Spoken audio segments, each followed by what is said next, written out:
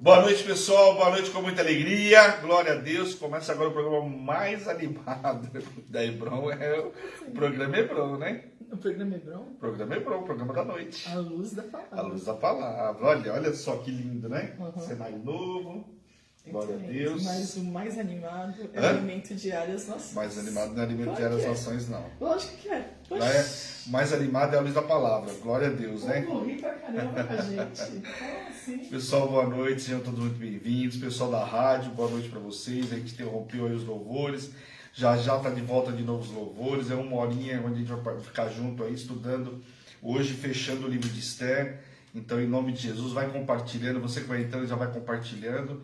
Muita gente vai entrar ao longo aí, porque estava no relógio de oração, né? Estão ouvindo o áudio do pastor, né? Das 18 horas aí. Então, o pessoal está participando do relógio de oração aí. Quem participa das 18 horas, entra aí já. Amém?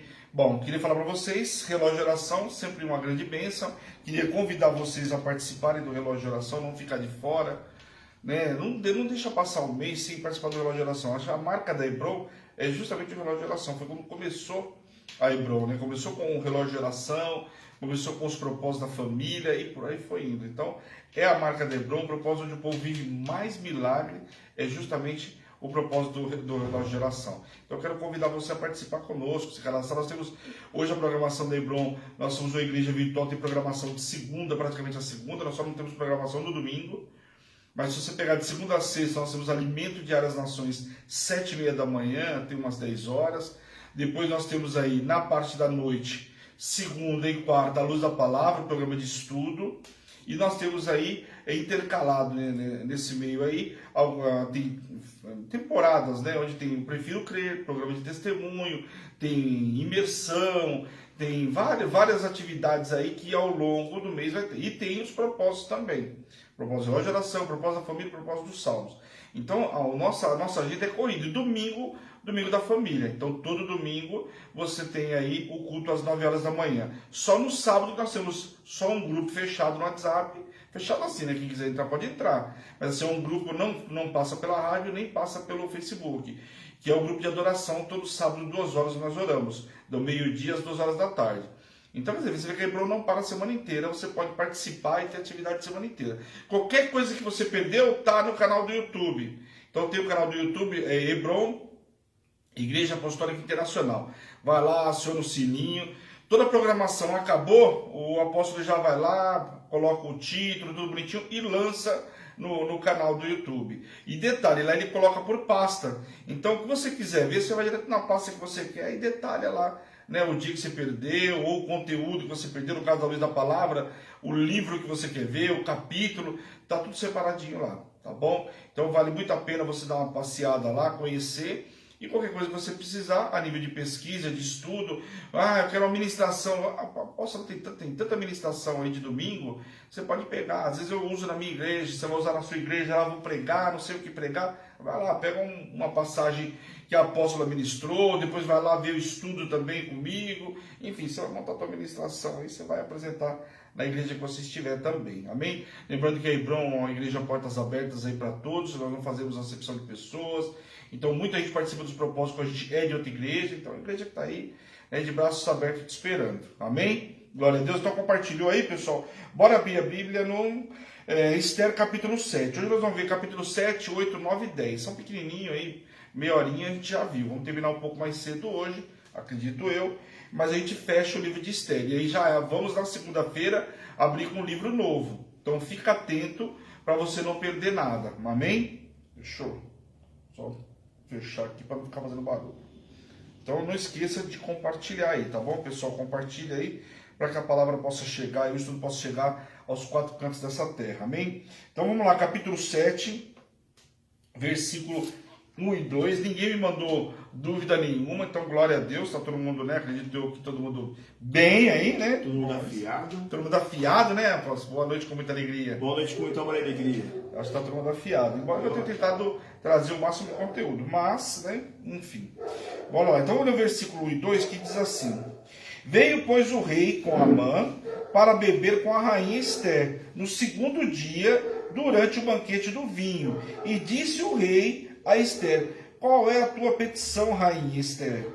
E se dará que, o que desejas, cumprir-se-á, ainda que seja metade do meu reino. Bom, na semana passada, nós tivemos segunda-feira, todo mundo viajando aí, passeando. Segunda-feira vocês estavam de folga, né, da luz da palavra. Mas na quarta-feira passada, nós falamos sobre o quê? Sobre os banquetes de Esther. Lembra de Esther, Mordecai e Amã, né? São o trio aí que fala sobre o livro de Esther. Então o que acontece? Mordecai, né, Amã tinha preparado uma forca para ele, coisa e tal, não sabia o que estava acontecendo. Esther entra na presença do rei, sem poder, né, não tinha sido solicitada, mas tem o favor do rei, e ali ela oferece um banquete.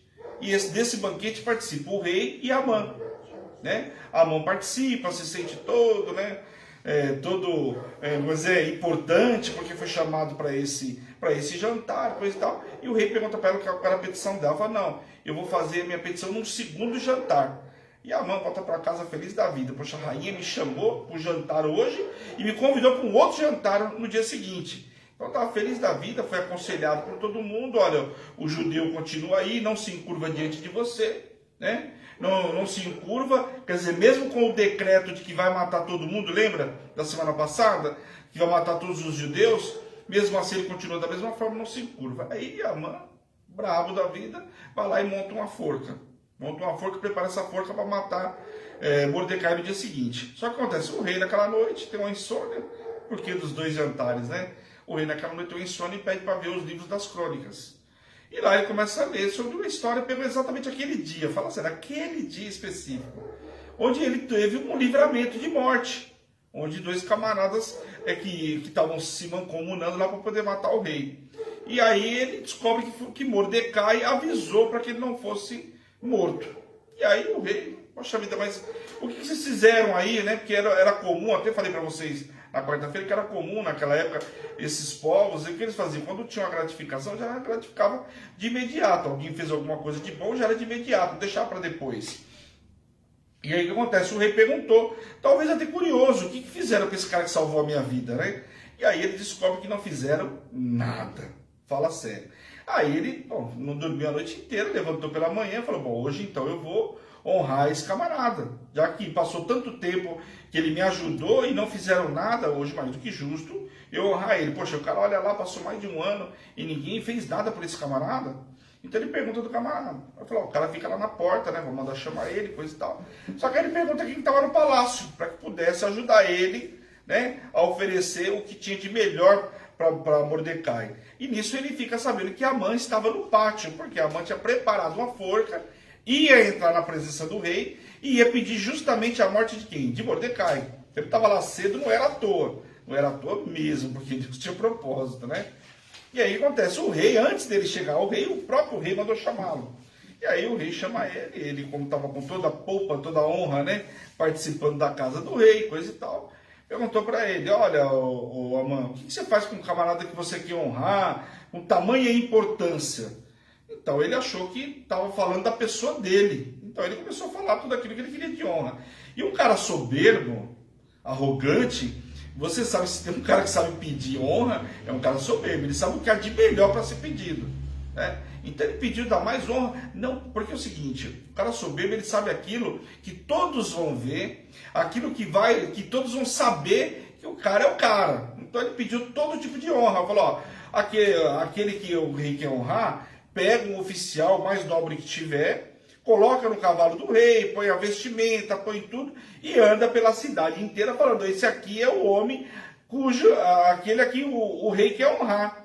Então, quer dizer, publicamente todos saberiam que aquele camarada quer ser honrado pelo rei, quer dizer, o mais alto, né, o mais top aí. Então, ele pegou e falou tudo isso pro rei. O rei falou, pois bem, gostei da ideia, faz o seguinte, então, é isso que eu quero que você faça. Só que você vai lá na porta e chama o judeu Mordecai e faz isso com ele.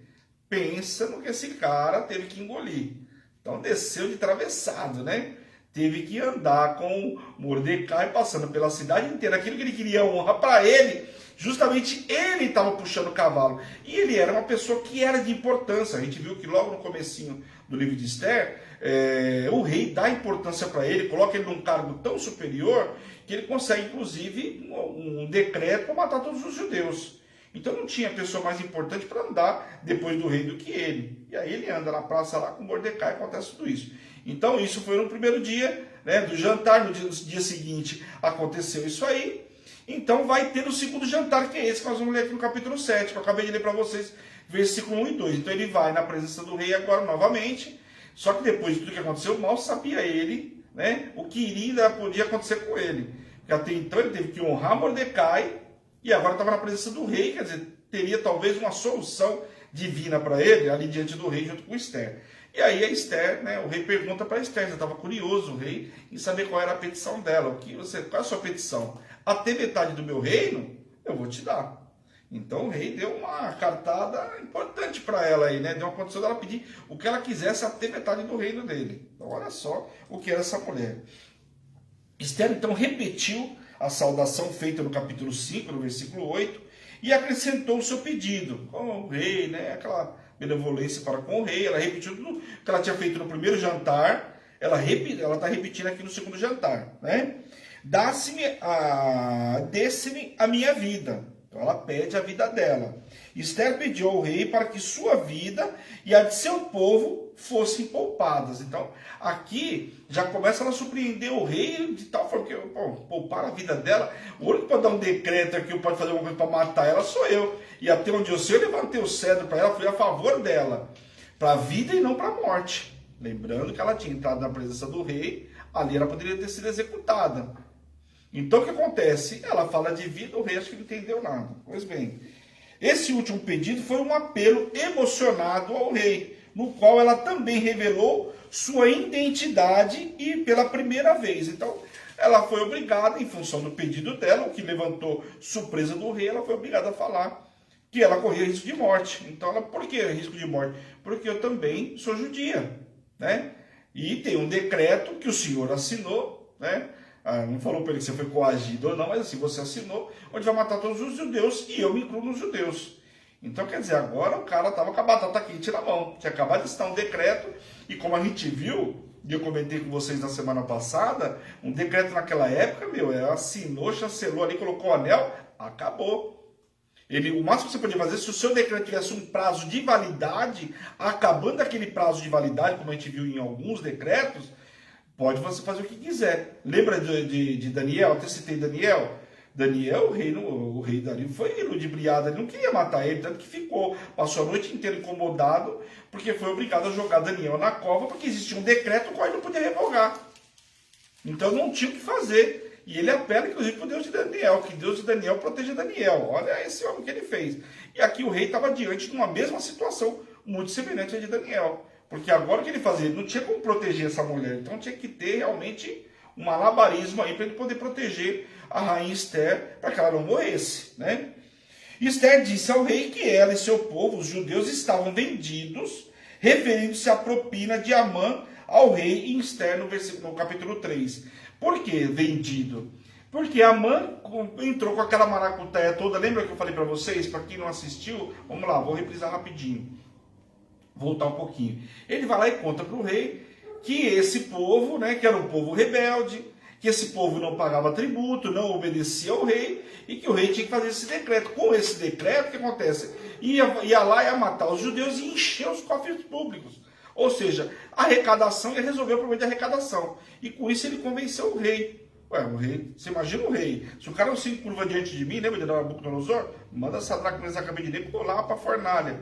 Então, o que? Se não se curva diante de mim, então pera um pouquinho, então vamos resolver agora. E ele vai lá e assina o decreto. Então era essa a petição agora que Esther estava colocando diante do rei. Então nós somos vendido por quê? Por Amã. Porque a história não é bem essa. Amã contou a história que era conveniente para ele, né, para conseguir o decreto. A declaração de Esther teve um efeito dramático sobre o rei. Ele incitara mais do que sua curiosidade. Quer dizer, ele tinha curiosidade de saber o que estava acontecendo, mas agora realmente gerou um problema muito maior, porque a curiosidade que ele tinha do que ela ia pedir, agora ele ficou surpreso, né? Olha a situação. Ele foi furioso. A vida de sua própria rainha estava em perigo por conta de uma conspiração de um dos seus homens de confiança. E aí Esther começa a relatar para ele que Amã conspirou contra o tio, contra a família, e foi contando toda a história que Amã tinha feito. Então, olha essa mulher, por isso que a gente fala, né? É um livro que não fala de Deus, mas logicamente a gente viu que a mulher que se posiciona com jejum, com oração, tanto ela como o tio Mordecai, e ela espera o momento certo para falar com o rei. Você vê que ela, né, foi lá no primeiro dia, não tem acreditado, o pessoal fala que a vingança, né, come fria, né? Isso é conversa, mas presta atenção, a mulher no primeiro dia ela poderia ter falado para o rei. Não, ela esperou o momento certo, esperou um segundo momento. Logicamente, aí é Deus, né, no comando de tudo isso. O segundo jantar, aí já tinha honrado a Mordecai. O rei já sabia que era Mordecai. Olha só a importância do trabalhar de Deus nessa história, que para mim está evidente. O rei já sabia quem era Mordecai, só não sabia quem era Amã. Que Mordecai, quer dizer, tudo aquilo que ele tinha feito contra os judeus não fazia sentido, sendo que o rei tinha acabado de ser salvo a vida dele por um judeu. Foi o judeu que falou que ia me matar. Então, olha o contraste aqui. Então, ela começa a contar a história para o rei. Então, o rei fica furioso em saber que o próprio general dele ali é quem estava fazendo todo um malabarismo, contando mentira para poder prejudicar os judeus. Esther finalmente expôs o culpado. Não era outro senão Amã, o opressor e o inimigo feroz. Não é de se admirar que Amã tenha se perturbado perante Esther e o rei, pois em seu plano maléfico para assassinar seu inimigo, sem perceber, ele colocou a vida da rainha em risco. Então agora a situação dele, a chapa dele esquentou muito mais. Porque sem querer, sem ele saber, o plano dele ficou pior ainda quando ele coloca a vida da rainha em perigo. Ele não sabia que ela era judia. Lembra que quando o Mordecai falou para Esther ir lá para o rei, ele falou para ela em momento nenhum, ela falar que ela era, que o nome dela era Radassa, que ela era judia. Ó, você usa o seu nome Esther, né, que é o nome usado na Pérsia, e ninguém vai descobrir que você é judia, já com medo de retaliação. E a gente viu que retaliação já houve contra Mordecai. Talvez ela não tivesse sido colocada onde ela foi colocada. Então o que acontece? Ela não tinha revelado até então. Então o que acontece? A mãe não sabia. Então agora ele fica surpreso que aquilo que ele fez, toda essa emboscada, ficava pior ainda quando ele coloca a vida da rainha em perigo. O rei, atônito e furioso, deixou o salão e saiu para o jardim do palácio. Presta atenção, isso aqui é muito interessante quando você vê no filme. Eu estou lembrando agora do filme. Tem um filme bem próximo da realidade. Muito interessante, esse filme vale a pena vocês verem. Eu já vi 2 vezes, o filme vale muito a pena. E aí acontece, o rei sai para o jardim. E aí o que acontece? Esse devia ser um ato um tanto incomum para um autocrata. Porque se imagina um rei numa situação dessa, acho que era incomum, né? Nunca se imaginaria ele ter que vivenciar uma situação dessa com o subordinado dele e com a esposa dele sendo colocado em risco de vida num decreto do qual ele assinou. Geralmente seria esperado uma reação imediata, né? E furiosa. Quer dizer, o que se esperava também dele de uma reação? Que ele mandasse matar Amã ali na hora, o que seria natural. Mas o negócio era tão maquiavélico que talvez o rei furioso era difícil até de acreditar. E ele sai para pensar o que ele ia fazer. Olha a situação. Mas dessa vez sua surpresa com o desenrolar dos eventos foi tanta que ele precisou de tempo para pensar. O que acontece? A resposta irada do rei alertou Amã para a precariedade de sua situação. Então, ou seja, quando o rei começou a ver que a situação dele estava ficando apertada com o rei, quer dizer, ele viu que a chapa ia esquentar, que o rei ia tomar uma decisão séria contra ele. Afinal, olha a situação que ele estava vendo ali. O rei estava furioso, andando de um lado para o outro, sem saber o que ia fazer. Amã estava numa situação bastante complicada, pois se não bastasse tudo que já havia acontecido, tudo que ele tinha preparado de história contra Mordecai, né, e coisa e tal, agora contra a rainha, né, se não bastasse tudo isso, ele foi até Esther. O que acredita? Que a Bíblia não deixa claro isso, mas muito provavelmente o que ele foi fazer? Ele foi até a rainha Esther pedir benevolência para ela. Meu, pelo amor de Deus, me perdoa, né, diante do rei, faz alguma coisa, porque ele sabia que a sentença que vinha para ele era muito séria. A Bíblia não deixa claro, mas ele vai até Esther. E nesse momento que ele vai até Esther, agarrando-se a ela, implorando talvez pelo seu perdão, ele acaba caindo sobre o divã em que se achava a rainha. Olha só, aquilo que estava ruim, quer dizer, a cereja do bolo que faltava, Deus fala, né? O rei vai perdoar você, espera um pouquinho, vai lá e dá uma cerejinha no bolo. Ele cai diante de divã. Meu, a rainha naquela época, meu cara, só eunuco podia ficar perto da rainha caso se o rei não estivesse presente. Lembra que a rainha ficava do lado do rei, era colocada como, né, toda a beleza lá, como se fosse um troféu dando voltinha. Agora, aqui, ele chega lá e depara com... Acho que ele não sei qual era a decisão que ele ia tomar, mas quando ele chega lá e vê o cara em cima da rainha, meu, aí foi a gota d'água, né? Realmente. Ao flagrar essa cena injuriosa, o rei pensou alto: será que Amã pretendia violar a rainha? Então, quer dizer, o cara queria matar todos os judeus, não queria violar a rainha? Lógico que queria. O pensamento do rei, né? Os persas possuíam regras rígidas sobre o contato de qualquer outro homem que não o rei ao seu harém, como eu acabei de falar. E os eunucos eram as únicas pessoas em perigo pelo simples fato de estar próximos a ela. Não era fácil, não. Mesmo o cara sendo eunuco, meu...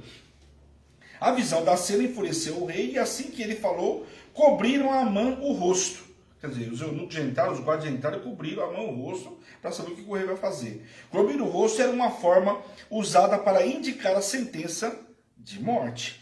Ainda que o perseguidor seja articulado e astuto, Deus sabe como derrubá-lo e cumprir o seu juízo. Lindo demais, né? Arbona, o eunuco, falou ao rei em um momento crucial. Ele revelou a história da forca que Amã tinha preparado para Mordecai e contou ao rei onde estava situada a forca. Aí é onde entra a história. A rainha tinha contado tudo aquilo que ela sabia, da parte que ela sabia da trama de Amã contra Mordecai, só que acontece, da forca até então, pelo que mostra na Bíblia, ela ainda não sabia.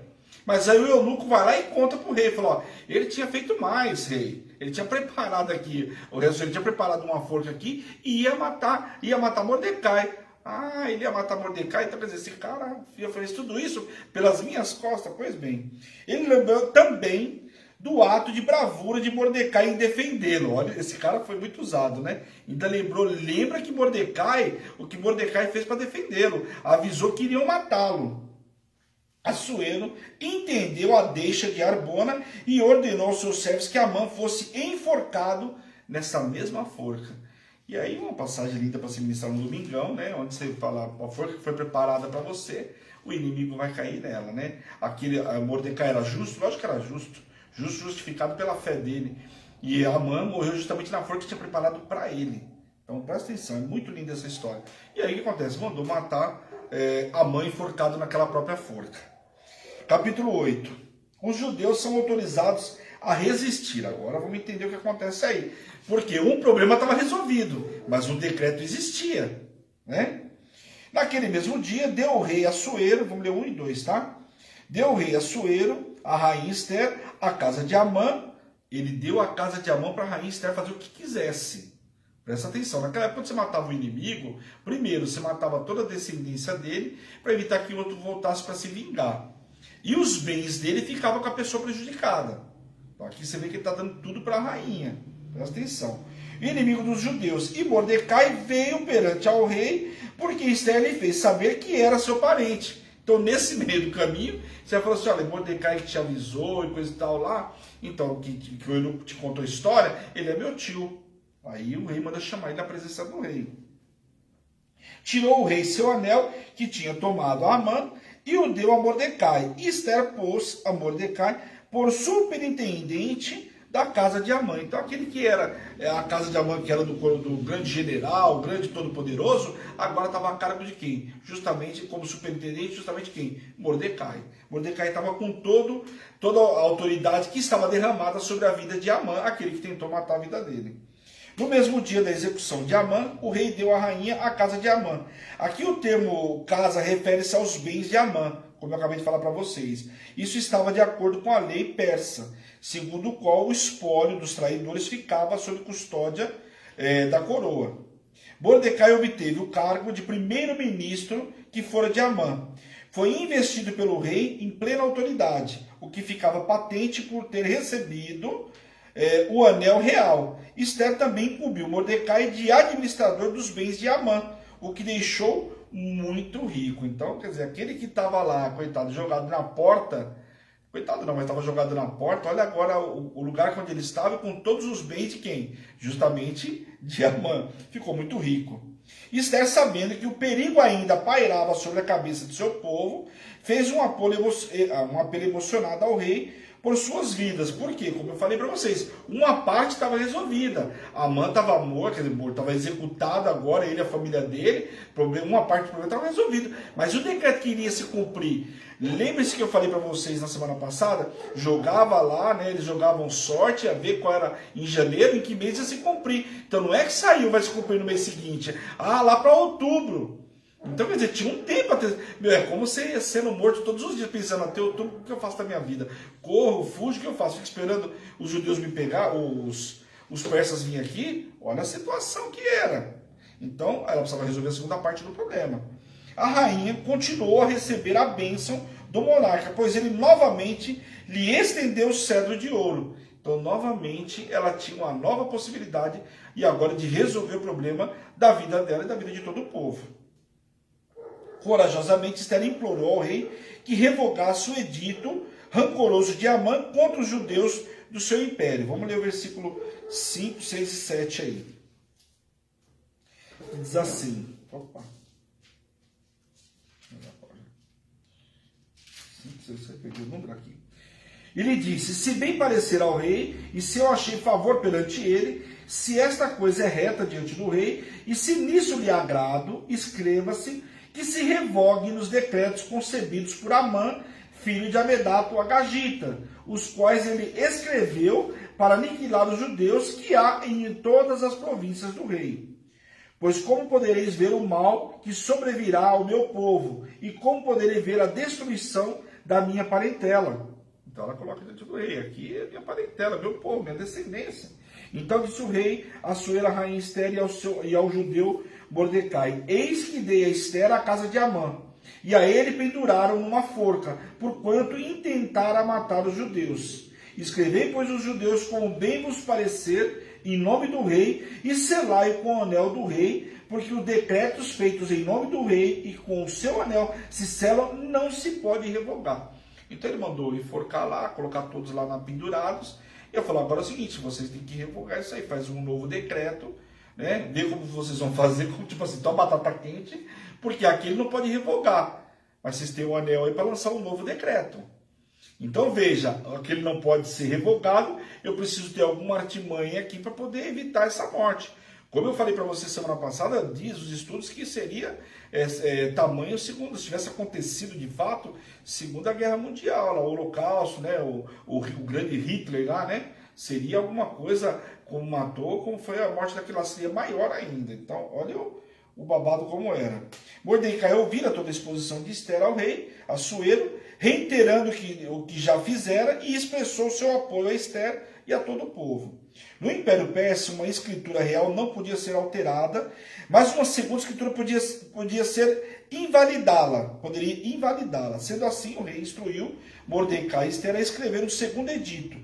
Esse teria o mesmo peso do anterior, mas reverteria os seus resultados. Mordecai tinha plenos direitos de criar um contradecreto em nome do rei, que seria exatamente tão irreversível quanto aquele criado por Amã. Então, uma artimanha aí, a justiça brasileira conhece muito bem isso aqui, né? As cartas oficiais foram agora preparadas a mesma maneira com aquelas que Amã enviou para 127 províncias, aos 23 dias do mês de Sivan, maio e junho. Veja que lá em janeiro eles já tinham lançado o decreto, agora está aqui em maio e junho, estão correndo para o segundo edito. Tá vendo como é que quando que o tempo vai passando? A gente olha na Bíblia e acha que tudo foi assim tão rápido. Não foi. Um pouco mais que 2 meses após o primeiro decreto, e dando mais 8 meses então para os judeus prepararem sua defesa. Então olha só, agora vocês têm todo o tempo aí para preparar a defesa, porque o ataque seria só no final do ano. Então tinha um tempo, mas quando você está sabendo que você não pode se defender, você tem tempo para quê? Só para chorar, né? Chorar e orar. 4 aspectos principais se destacam no decreto de Mordecai. Os judeus deviam se reunir em grupos no dia 13 de Adar. Eles deveriam defender suas vidas. Tem 4 pontos importantes aqui no decreto dele. Então, primeiro, os judeus deveriam se reunir em grupos no dia 13 de Adar. Eles deveriam defender as suas vidas e eles deviam matar aqueles que os atacassem. E eles deveriam tomar os despojos de seus atacantes. Então, quer dizer, agora, o que acontece? Os caras iam continuar, quem quisesse atacar, poderia atacar porque tinha um decreto que dava condições deles atacar. Só que também tinha um decreto onde dava condições de eu me defender e do mesmo jeito que você pegar meu despojo, eu vou pegar os seus.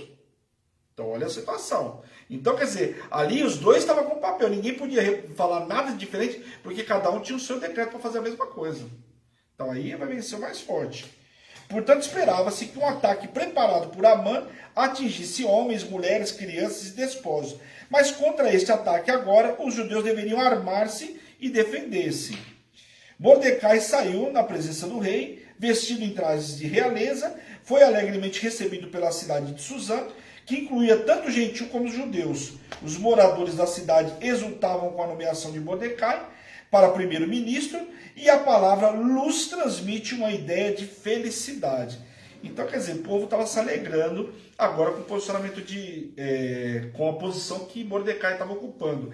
Lembre-se que quando saiu o decreto, até os persas, ali o povo que morava em Susã, se espantou com aquele decreto. O que levantou o espanto de todos. Então você vê que o negócio era maquiavélico mesmo, né? Vamos ler o versículo 16 e 17.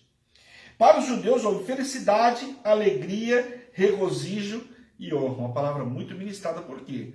Né? Até então a situação era de morte, agora eu posso me defender. Então aquele que seria um dia de choro, de morte, que você imagina, o cara entrar na sua casa, mata a mulher, criança, mata todo mundo e você não pode fazer nada. Você não pode fazer literalmente nada. Agora inverte completamente. Então, né, aquilo que ia ser dia de choro passa a ser dia de alegria, né, ou felicidade, alegria, regozijo e honra. Também em toda a província e em toda a cidade, aonde chegava-se a palavra do rei e a sua ordem, havia entre os judeus alegria e regozijo, banquetes e festas, e muitos dos povos da terra se fizeram judeus, porque o temor dos judeus tinha caído sobre eles. Então olha só agora, os caras estavam festejando, e até o povo persa agora queria ser judeu também. Tinham caído o temor, tamanho a obra que Deus tinha feito naquele povo. Então até os persas agora queriam ser judeu, para comemorar. Presta atenção nisso aí. A inesperada virada a favor dos judeus impressionou imensamente seus vizinhos. O poder do Deus de Israel fica implícito nesse triunfo de Mordecai sobre Amã, na reversão do edito de Amã e na reação dos pagãos. Se essas pessoas realmente se tornassem judias, partilhariam da fé dos judeus em Deus, participariam da comunidade como prosélitos que se converteram e receberiam parte das bênçãos reservadas a Israel. Então, desde que aqueles que eram estrangeiros, né, recebessem e reconhecessem ao Senhor, participariam da mesma bênção. Por isso, muitos se fizeram judeus, porque viriam a diferença entre aqueles que servem e os que não servem a Deus. Então, o camarada sabia que se ele se convertesse, aceitasse a Cristo verdadeiramente, ele teria a Cristo. Naquela época não falava de Cristo, mas aquele que se convertesse, né, seguisse os estatutos e os mandatos, teriam o mesmo direito. Então, participariam das bênçãos. Capítulo 9. Os judeus mataram os seus inimigos. Vamos ler do versículo 1 ao 4 aí. No dia 13 do 10º mês, que é o mês de Adar, quando chegou a palavra do rei à sua ordem, para se executar no dia em que os inimigos dos judeus contavam a assenhorar-se deles, sucedeu o contrário, pois os judeus é que se assenhorearam os que odiavam, porque os judeus nas suas cidades e em todas as províncias do rei Assuero se ajuntaram para dar cabo daqueles que lhe procuravam o mal. Ninguém podia resistir-lhes, porque o terror que se inspiravam caiu sobre todos aqueles povos. Todos os príncipes das províncias, e os satrapas e os governadores e os oficiais do rei auxiliavam os judeus, porque tinham caído sobre eles o temor de Mordecai. Então veja só, os príncipes de cada província, ou seja, cada prefeito, cada governador, tinham feito a mesma coisa com os judeus, tomando partido a favor dos judeus, porque agora quem mandava era Mordecai. Vou contra Mordecai? Porque Mordecai era grande na casa do rei, e a sua fama crescia por todas as províncias, pois ele se ia tornando mais e mais poderoso. Então, quer dizer, todo mundo tinha medo. Eu não vou enfrentar. Da mesma forma que o povo tinha medo de Amã, agora o medo era de Mordecai. Diferente de Amã, né, que Mordecai não tinha essa soberba. Os inimigos dos judeus não conseguiram prosseguir com o ataque, pois ficaram aterrorizados. Além do medo dos judeus, havia também o temor de Mordecai entre os líderes, que fez com que esses ajuntassem o povo judeu. Podem ter feito isso para se proteger politicamente, em vista do poder e da popularidade que Mordecai possuía. Pode até ser, mas o importante aqui é que o povo judeu não morreu. Essa era a questão. A defesa dos judeus contra os seus inimigos foi firme e certeira. Mataram 500 homens só em Suzã, como também em várias outras províncias. Então você vê que só em Suzã mataram 500 homens. 500 homens do quê? Do povo que estava atacando os judeus. Fora as outras províncias. Mataram também os 10 filhos de Amã. Os padrões de represália e vingança estavam tão arraigados na cultura do Antigo Oriente Médio, que se sobrevivesse um único desses filhos, a próxima geração dos judeus poderia ter problemas. E aí a gente lembra, eu contei para vocês de Saul lá, né, quando ele não mata o rei, Samuel vai lá e mata o rei Agagita. Olha que uma descendência dele aí, correndo atrás do povo judeu. E aqui matou para que amanhã depois não viesse nenhum de novo perseguir o povo judeu, uma próxima geração. Ao listar cada um dos filhos derrotados de seu inimigo de morte, os judeus estavam comemorando uma vitória integral, porque além de se defender, matou vários, né, inimigos e também matou aqueles da casa de Amã. Ao que parece, o rei se regozijou com a notícia de que os judeus tinham se alcançado tão estupenda vitória em Suzã, e ele esperava notícias da vitória ainda maiores das províncias. Então o rei aqui se surpreendeu com tamanha vitória, né? Ou seja, o decreto, a condição que ele tinha dado para Mordecai e para Esther tinha funcionado, né? Que eles usaram e aqui estava tendo vitória. O rei novamente pergunta à rainha Esther se ainda havia mais alguma petição. E aí qual é a resposta dela? Essa mulher fala sério, ela realmente caiu na graça do rei. Fala se não é Deus, né? E é quando você vive essa palavra na tua vida, onde a pessoa pergunta, mas o que você quer? Fala o que você quer, aí você pede, a pessoa fala, não, mas você não quer mais nada. Você fala, meu, tem uma pegadinha do céu aí, né, meu? Fala aí, tem que pegadinha é essa, né? A mulher, olha, fez um jantar, o rei falou que dava metade, ela pediu, não satisfeita, falou, mas eu tenho mais problema, não é só esse, tem, né, os familiares. Eu fui pedindo, e agora depois de tudo isso, o rei ainda pergunta para ela, quer mais alguma coisa? Olha só o que ela pede para o rei agora.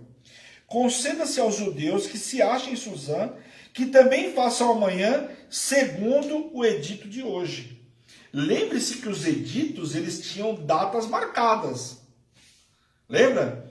Lá, aquele no caso de Daniel, os estudos falam que tinha um prazo de 30 dias. Depois de 30 dias se descumpria. Mas a gente vê que no mesmo dia, o que acontece? O rei mandou jogar todos os camaradas lá dentro do buraco, não fez? E os leões, antes de cair lá embaixo, tinham destroçado os camaradas. E aqui o que ela fez? Aquele dia que tinha sido o dia X, ela pediu para que essa mesma situação, ele permitisse que fosse feito no dia seguinte. Quer dizer, que os judeus fossem lá e novamente, e não só se defender, ia matar e pegar os despojos. É o que significava importante também para o povo judeu. Então, olha só. Então, o edito também para o segundo dia. Ao que parece, Esther sabia de algumas conspirações persas para atacar os judeus no dia seguinte também.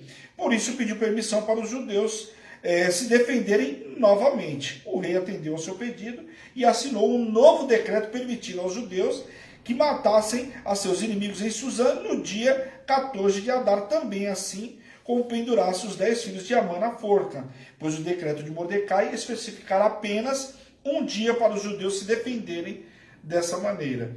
Então você vê que ela ficou sabendo, né, chegou os ouvidos dela que estavam conspirando, ela pediu para o rei, então, que não só no dia de hoje, mas também no dia de amanhã. Então não só no dia 13 de Adar, mas também no dia 14 de Adar, e ali mataram todo mundo e penduraram os filhos de Amã. Esse decreto adicional foi obedecido e mais 300 persas foram mortos em Suzã. Assim, o decreto não se refere especialmente ao espalhamento dos corpos sem vida dos filhos de Amã. Os cadáveres expostos serviriam como alerta a qualquer pessoa que planejasse prejudicar os judeus. Então, naquela época, você imagina, era para todo mundo ver e ninguém ter dúvida de quem que era o povo de Deus. Amém? Vamos lá, e agora começa a festa do Purim, né? Depois de tudo isso, veio o dia da festa. Vamos ler do versículo 16 ao 18 aí, que diz assim: também os demais judeus que se achavam nas províncias do rei se reuniram e se dispuseram para defender a vida e tiveram sossego dos seus inimigos. Mataram a 75.000 dos que odiavam, porém dos despojos não tocaram. Sucedeu isso no dia 13 do mês de Adar, e no dia 14 descansaram e o fizeram o dia de banquete de alegria. Os judeus, porém, que se achavam em Suzã, se ajuntaram nos dias 13 e 14 do mesmo, e descansaram no dia 15, e o fizeram dia de banquete e de alegria. Então os caras fizeram tudo o que fizeram, e aí depois pegaram o próximo dia, hoje será um dia de banquete de alegria. Nós vamos festejar os nossos feitos, né? Aliás, tinha muito para comemorar o que Deus tinha feito, uma sentença de morte sendo revogada. Os judeus que se encontravam em outras províncias, aldeias, fizeram também dia de festas e banquete e mandaram porções uns aos outros. A ordem era dia de festa e era para mandar porções de um para o outro. Por quê? Manda para quem não tem, mas manda porções, era dia de comemoração. Não era dia para você ver um judeu lá que não estivesse comemorando porque o cara não tem condição. Era para mandar alimentação de um para o outro. Era para todo o povo comemorar aquele dia, que afinal era um dia de grande festa. Em vista das diferentes datas de nascimento entre os judeus de Suzã e os judeus do restante do reino, Mordecai fez saber ao povo, por meio de cartas, que ele deveria guardar o 14º e o 15º dia de Adar como feriados anuais, marcando o dia em que os judeus tiveram sossego dos inimigos, onde o transformou toda a tristeza em alegria, luta em dias de festa, além de dar condições que fizessem festas, banquetes e ainda enviasse porções. Como tinha muito problema com as datas, então por isso Mordecai tratou de resolver inclusive esse problema. Mas naquele ano, de ano em ano, iria se comemorar e ninguém esqueceria desse dia. Assim os judeus aceitaram como costume, segundo tudo que Mordecai havia referido, e esses dias seriam chamados dia de Purim. Todo Pur, que era o dia que tinha sido lançado lá para que eles fossem mortos, foi transformado em Purim. Ou seja, toda a morte sendo transformada em vida. Purim é o nome derivado da palavra Pur, que significa sorte. A sorte foi lançada para determinar o dia do extermínio do povo judeu. E o Purim recorda aos judeus que o Deus os livrou do seu dia de destruição. A festa passou a ser celebrada como festival anual. Vamos ler o versículo aí terminando 30 a 32. 30 a 32, né? Vamos lá. Expediram cartas a todos os judeus e a 127 províncias do reino de Assuero, com as palavras amigáveis e sinceras, para confirmar esses dias de Purim nos seus tempos determinados, como o judeu Mordecai e a rainha Esther lhes tinha estabelecido e como eles mesmos já o tinham estabelecido sobre si e sobre a sua descendência, acerca do jejum e do seu lamento. E o mandato de Esther estabeleceu essas particularidades de Purim e se escreveu no livro. Então ali mandou para 127 províncias, agora todo mundo vão saber, e é para se comemorar de ano em ano essa festa do Purim, e escreveu nos livros, para que ficasse registrado esse fato histórico, né? Esse dia é lembrado até hoje entre os judeus, o dia da inversão de sentença dos inimigos de uma forma esplêndida pelas mãos de Deus. E aí, finalizando o capítulo 10, que é pequenininho, aí até que a gente foi longe, hein? Olha lá.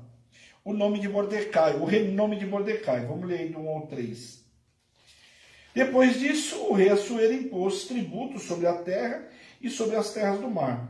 Quanto aos mais atos de seu poder e de seu valor, e ao relatório completo de grandeza de Mordecai, a quem o rei exaltou, porventura não estão escritos os livros da história dos reis da Média e da Pérsia. Pois o judeu Mordecai foi o segundo depois do rei Assuero, e grande para com os judeus, e estimado pela multidão de seus irmãos, tendo procurado o bem-estar de seu povo e trabalhando pela prosperidade do resto do povo de sua raça. Então, um cara que você vê que está registrado aqui, que trabalhou a vida inteira dele, dali em diante, pelo povo, né? Não só com decretos, com posicionamento, e foi o segundo, né? Depois do rei, era o cara, como José, né? Ninguém levantava o pé sem autorização dele. A mesma coisa era Mordecai. Então, aqui um homem que cumpriu aí o seu chamado maravilhosamente. Os tributos podem se referir-se tanto a impostos como trabalhos forçados que o rei impôs sobre o seu povo e o seu território. Mordecai possuía o segundo posto mais alto em toda aquela terra. E uma observação que nos lembra a trajetória, então, de José, como eu disse para vocês, José do Egito. Eu tinha anotado aqui, mas a gente não tem como não lembrar, né? Fala sério. E isso foi a história, né? O livro da Rainha Esther. Um livro maravilhoso aqui, com feitos, fala sério, né? Um livro... Eu falo para você que é um livro maravilhoso, se você puder ver o filme, então... como você fazer uma viagem no tempo, né? Ver o quanto essa mulher foi ousada, como ela foi usada, posicionamento, mulher de fazer jejum, né? De se posicionar. A gente vê claramente aqui a intervenção de Deus, né? O rei acordar numa vela de uma noite, ela pediu 2 jantares, não pediu um só.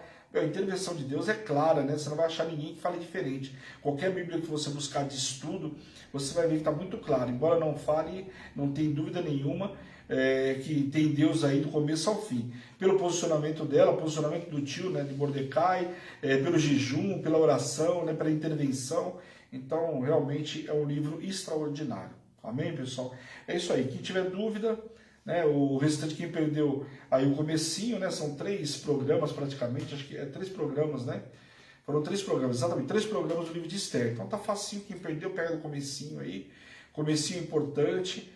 Na semana passada eu também trouxe bastante informação, eu não lembro agora, mas eu lembro que eu falei algumas coisas importantes também, que às vezes não está escrito, então vale a pena você rever aí para poder fechar a história. Eu sei que todo mundo fala livro de Esther, todo mundo conhece a historinha, né? Uma parte dela, mas o detalhe mesmo é a análise da palavra, que a gente vai ver o detalhe da história. Tem gente que pensa que foi um jantar só, né? Você vê que aqui quantas petições ela colocou diante do rei? 1, 2, 3. Então tem esses detalhezinhos que a gente precisa aprender. E aprende aonde?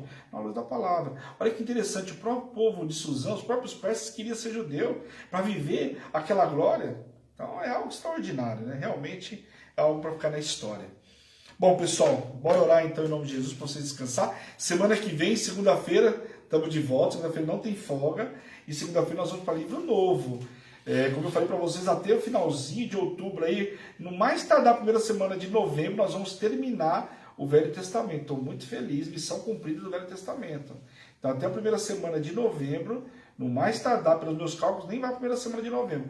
Nós vamos terminar o livro, né, o Velho Testamento. Então, nós vamos ficar com o Velho Testamento, ó, cheio de informação. E aí, o ano que vem, Novo Testamento, uma viagem, né, maravilhosa. Vamos contar um pouquinho mais assim de informação nas cartas paulinas, né, as epístolas de Paulo, muito detalhe, onde vocês vão ter que prestar bastante atenção. Os livros, eu não sei ainda como o senhor vai fazer comigo com os 4 evangelhos, né? Eu não sei como que o senhor vai me dar, porque a gente está fazendo uma ordem cronológica, mas ali são relatos, a mesma história contada de formas diferentes, não sei como o senhor vai fazer.